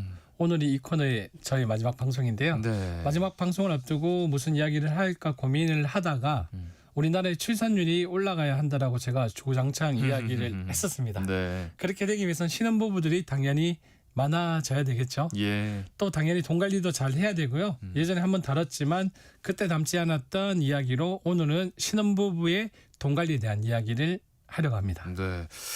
단도직입적으로 신혼부부의 돈 관리 어떻게 해야 될까요? 잘 해야 되겠죠. 예. 실제로 신혼부부 강의를 나가면 네. 처음으로 뭐 배우자는 존재가 생기다 보니까 부부간 경제 생활은 어떻게 해야 할지 감이 잡히지 않아서 많이들 물어보시는데요. 그렇죠. 네. 요즘 경제권을 각자 갖는 집도 많다던데 각자 관리하는 게 좋을지 자산을 합쳐서 함께 불려나가는 게 좋을지 합친다면 네. 방법은 어떻게 해야 할지 등 그렇죠. 많은 질문을 하십니다. 네. 신혼부부는 각자 다른 소비 패턴과 그리고 목표를 세우며 살아오던 두 사람이 만났으니까 조율해야 할 것들이 일단은 많죠. 많습니다. 네. 네. 일단 뭐 자녀 계획이 있다면 아이를 낳고 또 아이 교육비 부분도 있고 네. 그리고 투자도 해야 되고요. 예. 그리고 나중에 은퇴를 한 이후 노후 생활도 조금씩 미리 그렇죠. 준비를 해야 되는데 네. 그렇기 때문에 신혼부부의 재무 목표를 기간별로 세울 경우 예를 들어 단기 목표는 출산 자금이 가장 먼저 도래되는 시점이니까요. 그렇죠. 될 것이고요. 중장기 목표는 아이 교육비 그리고 먼 미래의 노후 자금이 될 겁니다. 네. 단 노후 자금은 아직 너무 멀잖아요. 먼 미래의 그런 상황이기 때문에 현재 상황을 대입해서 조금씩 준비해 나가면 되고요. 네. 그래서 신혼부부 때는 크게 두 가지 문제에 대해서 정리를 하고 준비를 해야 하는데요. 네. 돈 관리와 주택 문제입니다. 아하. 요즘은 맞벌이 부부가 많잖아요. 네. 그래서 요즘 부부들은 통장을 합치지 않는다고 이야기들을 많이 하는데 각자 일정 금액을 내고 공동으로 지출하고 나머지는 자신의 지금까지 습관대로 간섭받지 않고 지출 또는 재테크하는 부부 우리 주위에서 쉽게 찾아볼 수 있습니다. 네. 근데 문제는 서로의 자율성을 보장하는 만큼 비계획적인 지출이 증가하게 되고요. 그렇지. 상담을 해보면 아무 계획 없는 자금 관리를 하고 있는 경우도 많습니다. 네. 그래서 신혼 때 제일 먼저 해야 할 건 돈 관리에 대해 확실하게 선을 그어놓고 출발을 해야 한다는 점이고요. 네. 남편과 아내 중 좀 더 꼼꼼한 배우자가 돈 관리를 하고 소비 습관을 위해 귀찮지만 가계부를 쓰거나 어플을 통한 관리를 하는 게 좋다고 생각합니다. 네. 오늘 돈 되는 라디오에서는 신혼부부의 돈 관리에 대한 이야기 함께 나눠보겠습니다. 자, 서영로 원장님과 함께 상담해 드릴 테니까요. 방송 들으시면서 궁금한 점 있으시면 문자로 참여해 주시기 바랍니다. 참여하실 번호는 샵 9730번이고요. 짧은 문자는 50원, 긴 문자는 100원의 정보 용료가 있습니다. 또 콩 게시판 KBS 라디오 유튜브 채널 통해서는 무료로 참여하실 수 있습니다. 이 신혼부부라면 뭐 따라야 할 돈 관리의 기본 원칙이라면 어떤 게 있을까요? 일단은 가장 먼저 공동의 목표를 정하고 나서 네. 함께 모아가는 게 중요한데요. 미래의 재무적 목표를 정하고 네. 생활비와 저축 등의 계획 등을 부부가 함께 정해야 하고요. 그 후 부부의 성향에 따라서 용돈이나 각자 취미 생활에 대한 지출 금액도 같이 관리를 할 건지 이 부분은 각자에게 맡긴 건지 네. 이런 룰을 정하는 게 가장 처음 하는 기본 원칙이고요. 예. 이를 통해서 통장 관리부터 시작을 하게 되는데요.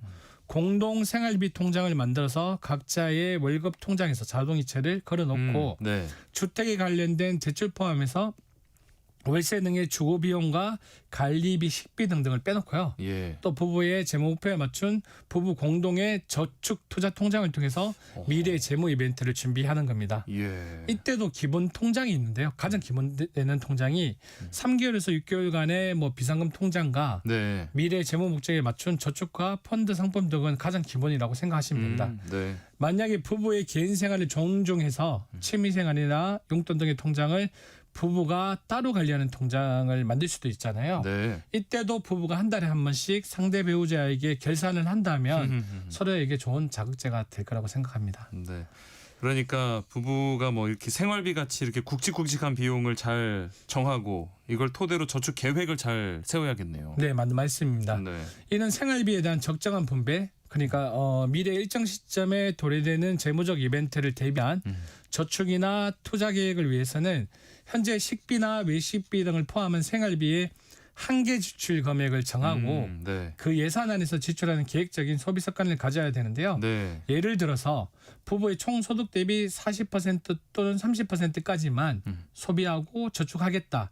이런 계획이 필요한데요. 네. 소득 대비 몇 퍼센트의 저축과 지출을 한다 등의 비율을 조정하는 게 가장 일반적인 방법입니다. 네. 그래서 이런 예산안을 짤 때 뭐 예를 들어서 저축과 투자 비율은 50%를 가져가고 월 고정적인 지출은 40%, 또 갑작스러운 비상 상황이나 비정기적인 지출을 대비한 비상자금 성격의 10% 정도의 비율을 가져간다. 이렇게 크게 아웃라인을 먼저 잡는 게 중요하고요. 예. 누구나 처음에 부딪혀보고 수정하는 게 중요합니다. 네. 네. 제가 상담을 해보니까 신혼부부는 이제 막 시작을 하잖아요. 네. 그래서 실제로 신혼부부들 중에는 이런 계획을 너무 완벽하게 세우기 위해서 가정의 소비 패턴을 좀 더 지켜봐야 한다며 한 달, 두 달, 그리고 뭐 시간이 흘러서 1, 2년이 지나가지고 후회하는 부분들도 많이 봤는데 처음에 네. 완벽할 필요가 없습니다. 네. 네. 그리고 신혼 때는 분기마다 점검 결산을 해서 우리 집에 맞는 가계부를 만들어 가면 됩니다.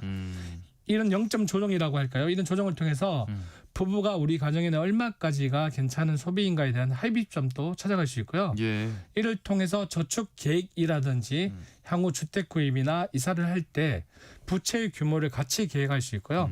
현재 부채가 있다면 어떻게 상환할 것인가에 대해서 부부가 함께 찾아가는 과정이라고 생각하시면 좀 더 편할 겁니다. 네. 네. 또 이를 통해서 비상금의 규모와 경조사 등의 비용, 투자 상품의 활용 비용 등을 부부가 합의하며 찾아갈 수 있고요.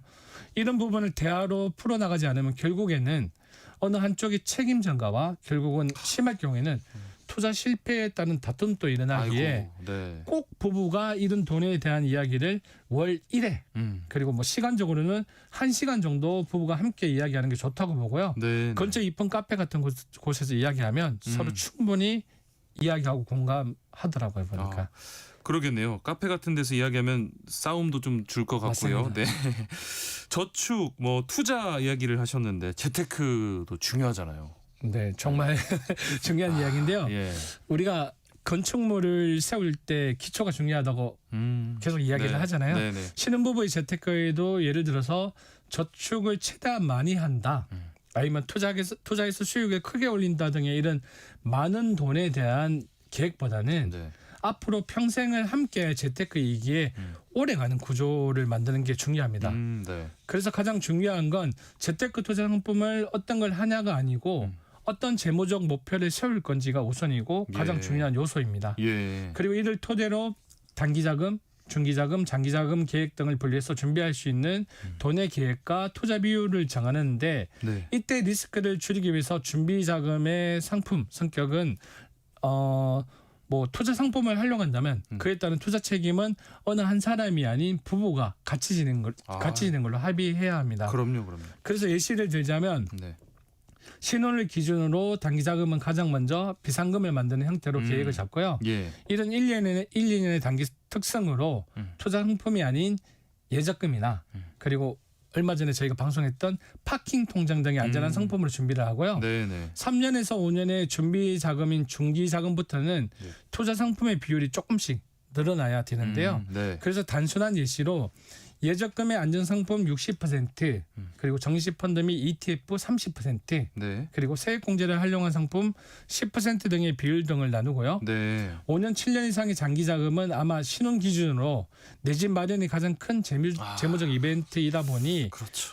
내 집 마련을 위한 청약 통장을 활용하는 목표가 우선일 거고요. 현재 수도권 서울 기준으로 가을 상황이기 때문에 네. 아이 출산 계획 목표와 함께 가져가는 전략도 좋습니다. 아하. 신생아 특례 제도를 활용하기 위함이죠. 아하. 분명한 이 재무적 목표를 함께 세우고 전략적인 계획을 세우는 게 무엇보다 중요하겠네요. 네, 맞습니다. 네. 이런 재무 목표에 따른 전략을 투트랩 전략으로 가져가야 되는데요. 네. 첫 번째 주택에 대한 계획은 명확하게 가져가야 합니다. 주택. 예. 맞습니다.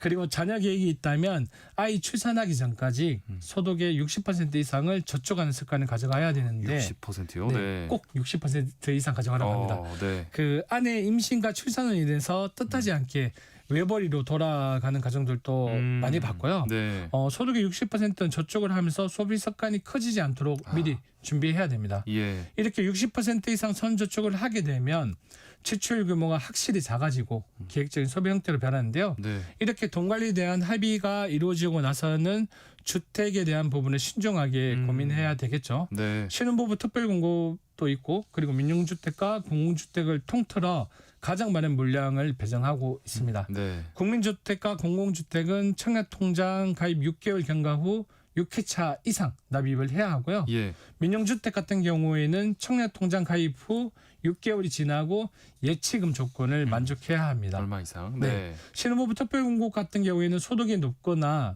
자녀가 없다면 특별공급으로 당첨되기가 뭐 어떻게 보면 불가능하다고 생각하는 게 좀 더 네. 편할 거고요. 네. 참고로 신혼부부 특별공급에 있어서도 자녀 숫자가 많을수록 유리하기 때문에 자가 마련 계획이 있다면 두 제도를 활용하는 게 좋습니다.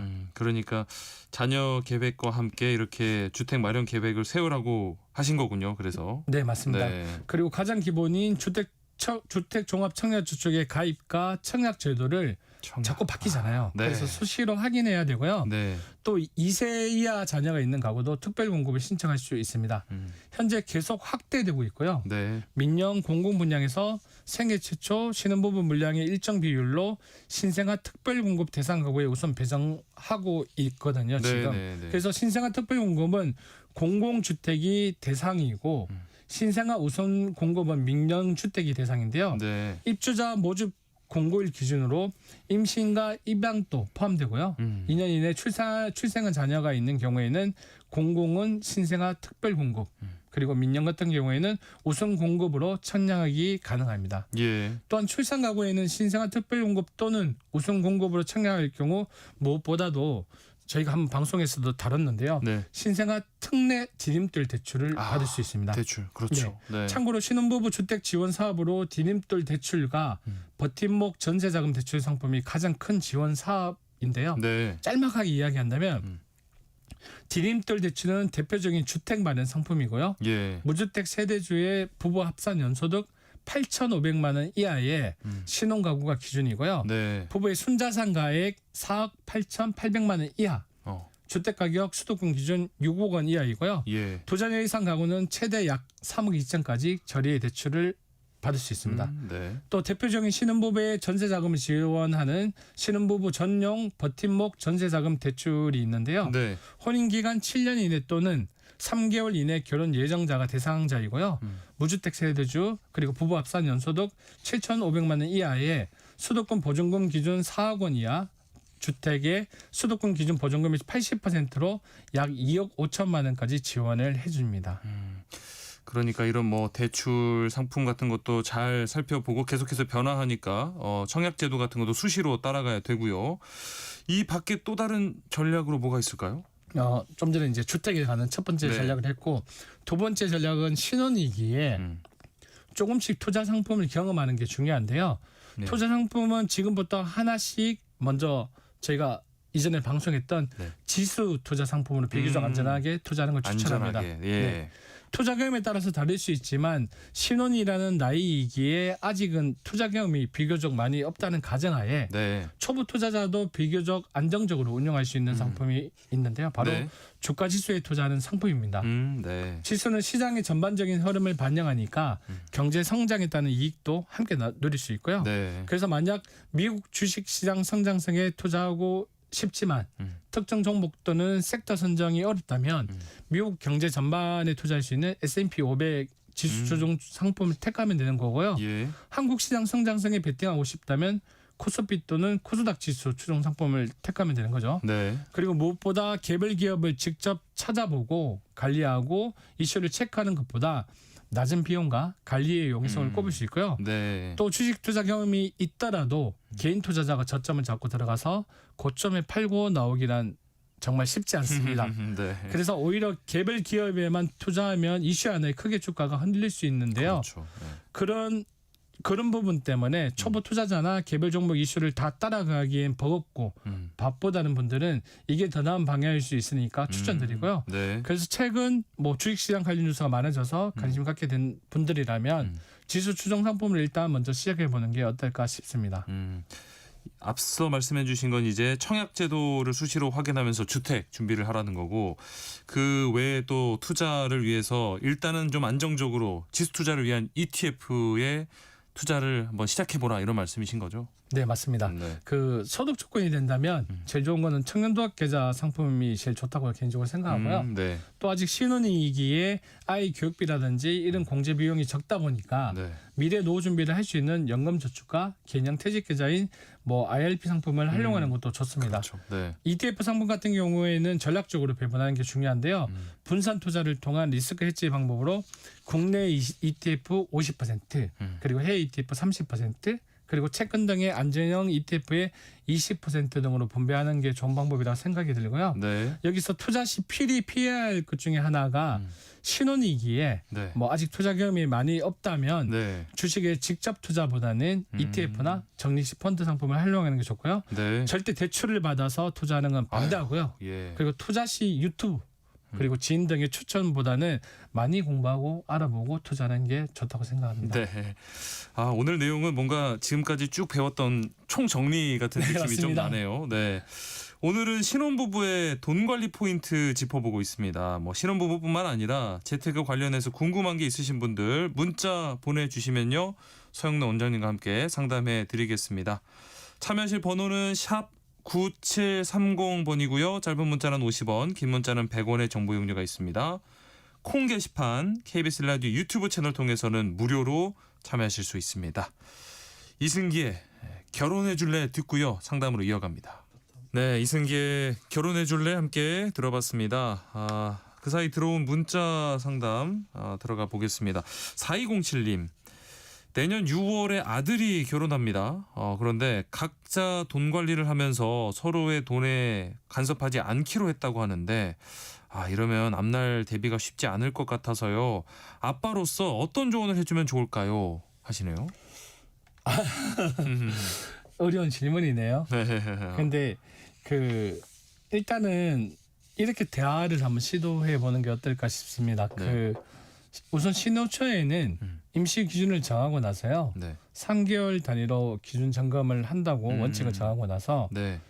각자도 한번 관리를 해보고 네. 그리고 뭐 3개월 이후에는 부부가 공동으로 해보고 네. 그래서 뭐 분기에 결산을 해가지고 다시 어떤 방법으로 수정해 나가는 게 더 유리한가를 서로 수치로 보여지면 네. 합의점이 도달할 거라고 생각이 들고요. 예. 그리고 아마 두 사람이 다른 환경에서 자라왔잖아요. 그렇죠. 그래서 어떤 사람은 뭐 성향이 같다면 좋지만 어떤 사람은 조금 소비에 더 강한 사람이 있을 수도 있고 어떤 사람은 뭐 짠돌이, 네. 뭐 전략형이 될 수도 있는데 네.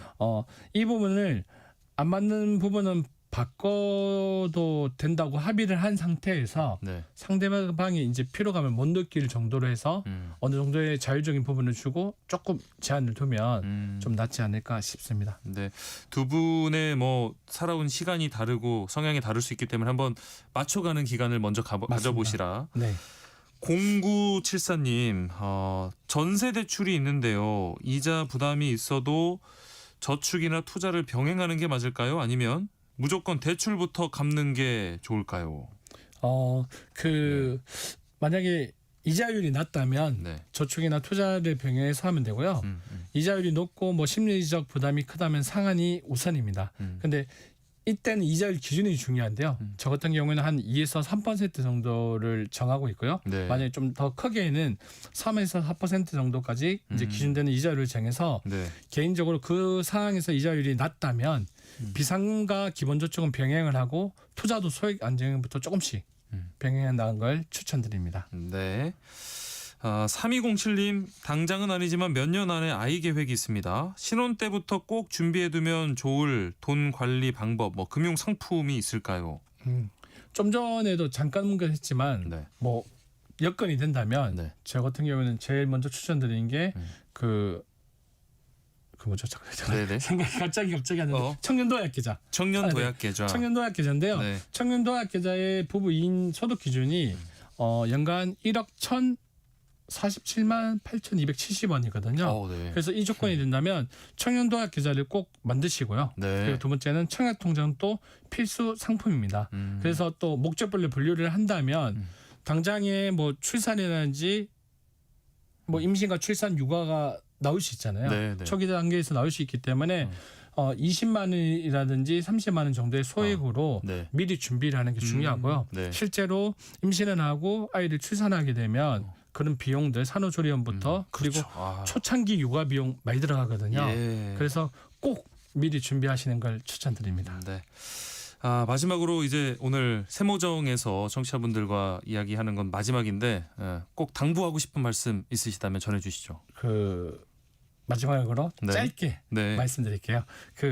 오늘 이 코너에서 제가 마지막으로 찾아뵙는 시간이거든요. 네. 그동안 사투리의 발음도 나쁜데 잘 청취해 주신 애청자분들께 감사드리고요. 네. 꼭 원하는 재무적 목표를 이루어서 현재의 삶보다 좀 더 여유 있는 삶을 누렸으면 좋겠고요.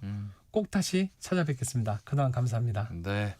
그동안 우리 청취자 여러분께 정말 피와 살이 되는 귀한 이 돈 되는 정보 전해주셔서 감사하다는 말씀 다시 드리면서 세모정 톡톡 상담소 돈 되는 라디오 여기서 마치겠습니다. 한국경제교육원 서형노 원장과 함께했습니다. 그동안 고생 많으셨습니다. 네, 고맙습니다.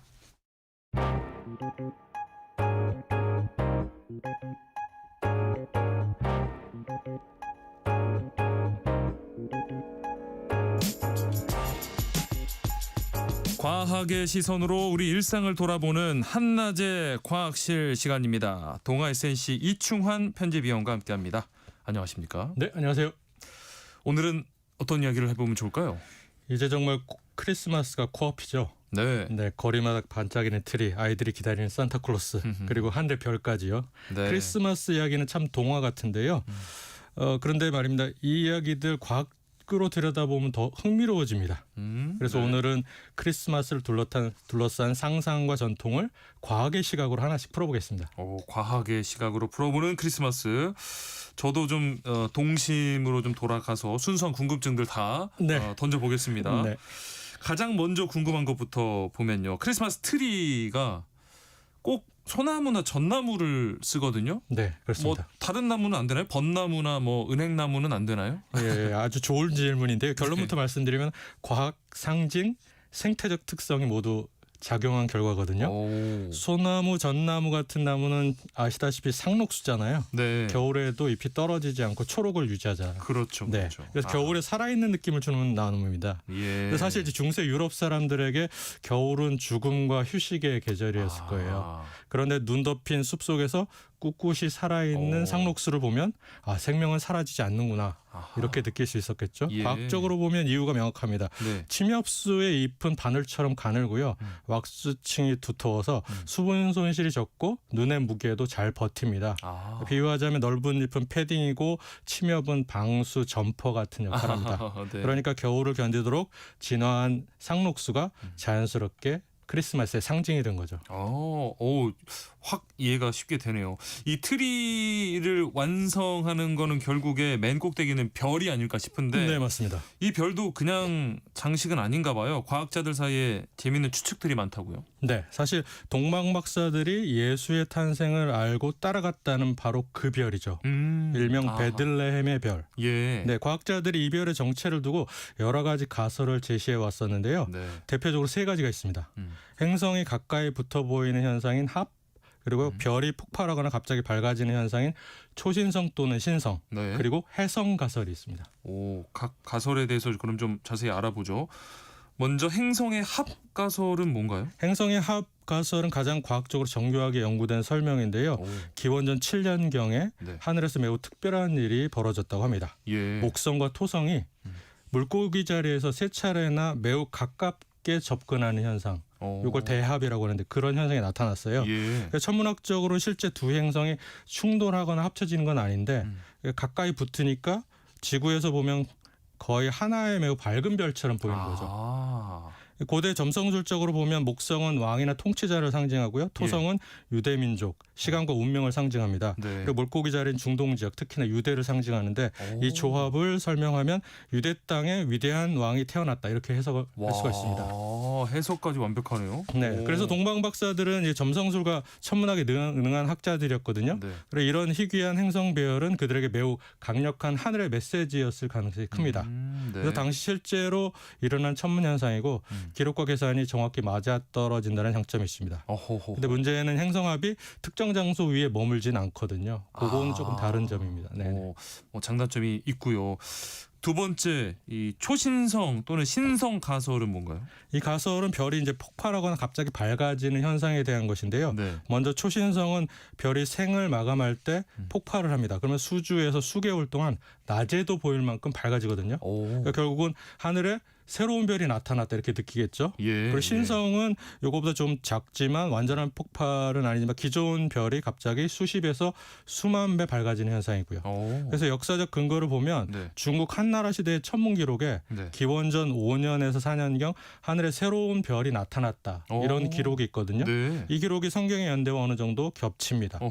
그래서 이전에 없던 밝은 별이 하늘에 나타났다면 고대인들에게 말 그대로 탄생을 알리는 별이다. 이렇게 생각할 수도 있었을 것 같습니다. 그러겠네요.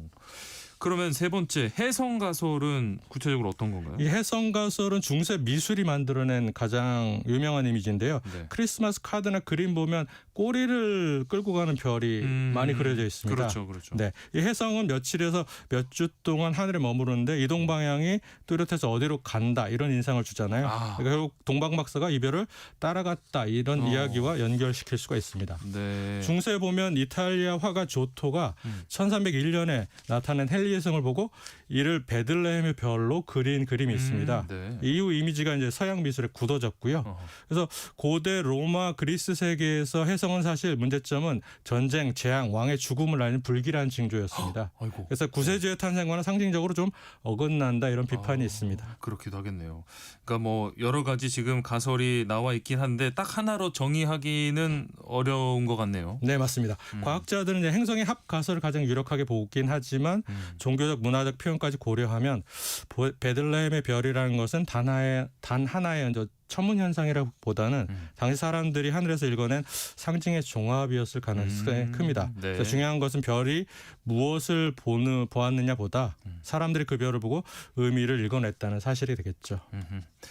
자, 왠지 뭔가 크리스마스에 이 밤하늘 한번 더 올려다보게 될 것 같은데 그러다 보면 또 떠오르는 한 분이 있습니다. 이 산타클로스 할아버지인데 아니 산타 할아버지는 진짜 하루 만에 지구를 한 바퀴 돌 수 있는 건가요?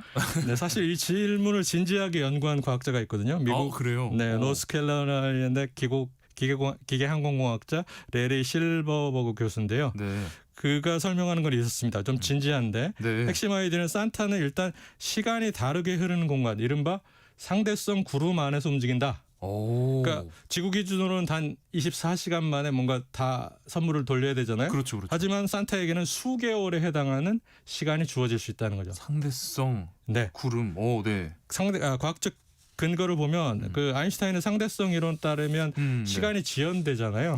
그게 이제 특수 상대성 이론 따르면 아주 빠르게 움직이는 물체일수록 시간이 느리게 가고 그다음에 일반 상대성 이론에 따르면 강한 중력장 근처에서 시간이 느리게 가잖아요. 실제로 GPS 위성의 시계는 지상보다 하루에 수십 마이크로초 빠르게 흐릅니다. 그래서 이를 보정하지 않으면 내비게이션이 엉망이 되죠. 그래서 실제 산타 버전으로 번역을 하면 산타는 초고속 이동과 시공간 왜곡 환경을 동시에 활용한다. 지구에서는 하룻밤이지만 산타에게는 몇 달짜리 배송 기간인 거죠. 그래서 산타는 시간을 늘리는 주머니를 들고 다니는 택배기사 뭐 이렇게 말씀드릴 수 있겠습니다. 우리 아이에게 설명할 때도 조금 쉽겠네요. 산타 할아버지는 시간을 늘리는 주머니가 있어. 이렇게 설명해 주시면 되겠네요. 그러면요. 여기까지 왔으니까 산타의 썰매는 도대체 어떻게 하늘을 나는 걸까요? 일단 산타의 썰매는 단순한 교통수단이라기보다는 미래형 항공우주 플랫폼이라고 보시면 될 것 같습니다. 먼저 구조나 기술을 말씀드리면 티타늄 합금 프레임, 그러니까 우리 실제로도 항공기 우주선 인공관절에 많이 쓰이잖아요. 그렇죠. 가볍고 강하고 극한 온도에서 안정적인. 네. 그리고 외피는 다공성 나노 외피를 사용합니다. 그러니까 골프공 표면 보면 미세한 구멍이 많잖아요. 네네네. 거기가 결국 작은 소용돌이를 만들어서 큰 난류를 억제하거든요. 그래서 오. 공기 저항을 최대한 한 90%까지 감소시킵니다. 아하. 예, 저항 없이 날아가는. 네. 그리고 썰매 날도 가변형으로 만들면 좋겠다는 아이디어입니다. 오. 고속 비행 시에는 매끈하게 해서 저항을 줄이고 예. 지붕 착지할 때는 거칠고 넓게 해서 변화를 주는 거죠. 그러니까 형상 가변 날개 기술을 확장한 판이다. 네. 여기에 더해서 레이저 센서 기반의 내비게이션, 뭐 공기 흐름 실시간 분석, 최적 경로 자동 계산 이런 것들을 동원하면 산타의 썰매는 그야말로 비행기, 우주선, 드론, AI 내비게이션 합친 존재라고 할 수 있습니다. 다음에 제가 산타 할아버지 만나면 썰매를 한번 자세히 살펴봐야겠습니다. 네. 그리고요, 아니 하루 안에 이렇게 크리스마스 날 선물을 다 돌리려면 이 썰매 이 선물을 어떻게 다 싣고 다니라는 궁금증 많이들 가지시거든요. 어떻습니까? 실제로 산타는 선물을 미리 싣고 다니지 않는다고 볼 수가 있겠습니다. 그러면요? 대신 현장에서 즉석 제조한다는 아이디어를 동원하면 좋은데요. 재료는 굴뚝의 먼지, 눈, 뭐 공기의 분자가 될 수 있는데 도구로 나노 장난감 제조기. 이게 과학적으로 말이 되냐? 이 설정은 나노 기술과 분자 조립 개념을 극단적으로 확장한 아이디어인데요. 현실에서도 이미 반도체는 이제 원자 단위로 회로를 새기고 있고요. DNA 나노 기술은 분자를 레고처럼 조립을 합니다. 그래서 3D 프린터로 현장에서 물건을 바로 만들어내는 거죠. 와. 그러니까 산타는 이 세 가지, 그러니까 속도, 정밀도, 에너지 효율이 현재는 부족한데 이 세 가지를 완벽히 해결한 미래 기술을 쓴다고 볼 수 있습니다. 그러니까 산타의 선물 보따리는 단순한 가방이 아니라 이동식 공장이다. 그리고 산타는 마법사가 아니라 우리보다 몇 세기 앞선 과학기술자다. 이렇게 하시면 좋을 것 같습니다. 요즘 아이들은 크리스마스 선물로 뭐 스마트폰이나 막 이런 전자기기 갖고 싶다고 많이 하는데 이 산타 가지고 계신 그 기술이 많이 또 빠르게 발전해야겠네요.